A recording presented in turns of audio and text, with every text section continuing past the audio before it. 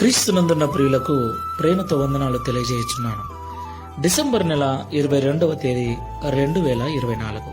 ఈరోజు దేవుడు మనకు చేస్తున్న వాగ్దానం ఏమిటనగా సామెతల గ్రంథము 20వ అధ్యాయము 7వ వచనం.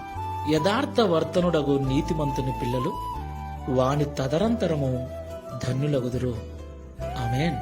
నా ప్రియమైన సహోదరి సహోదరులారా, ఈ లోకంలో పిల్లలు కలిగిన ప్రతి తల్లిదండ్రి తమ సుఖాలను, తమ ఆరోగ్యాన్ని, తమ ప్రాణాలను సైతం లెక్క చేయకుండా తాము ఏమైపోయినా పర్లేదు, పిల్లలు బాగుండాలని, ఉన్నంత వరకే కాదు మేం పోయిన తర్వాత కూడా పిల్లలు ఇబ్బంది పడకూడదని వారి కొరకు ఎంతో ప్రయాసపడుతున్నారు.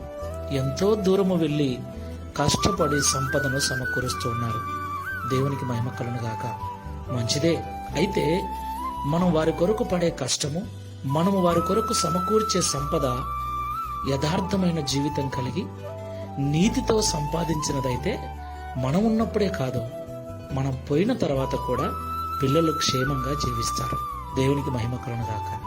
అయితే చాలా మంది తల్లిదండ్రులు యథార్థతను వదిలి, నీతిని వదిలి అన్యాయంగా, అక్రమంగా మోసాలు చేస్తూ, లంచాలు తీసుకుంటూ, అబద్ధాలాడుతూ, ఎవడు ఏమైపోయినా పర్లేదు, నేను నా కుటుంబం బాగుండాలి, నా పిల్లలు ఏ కొరత లేకుండా జీవించాలని రకరకాల పాపిష్టి పనులు చేస్తూ సంపదను పిల్లల కొరకు సమకూరుస్తున్నాడు. ప్రియులారా, మనం సంపదను సమకూరుస్తున్నామని అనుకుంటున్నాం, కానీ ఇలాంటి జీవితంతో మనము సంపదను సమకూర్చడం కాదు కదా, వారి కొరకు పాపాన్ని సమకూరుస్తూ ఉన్నాం. మనం ఉన్నప్పుడే కాదు, ఒకవేళ మనం ఉన్నప్పుడు వారు బాగుంటారేమో, కానీ మనం పోయిన తర్వాత వారి జీవితం పతనమైపోతుంది.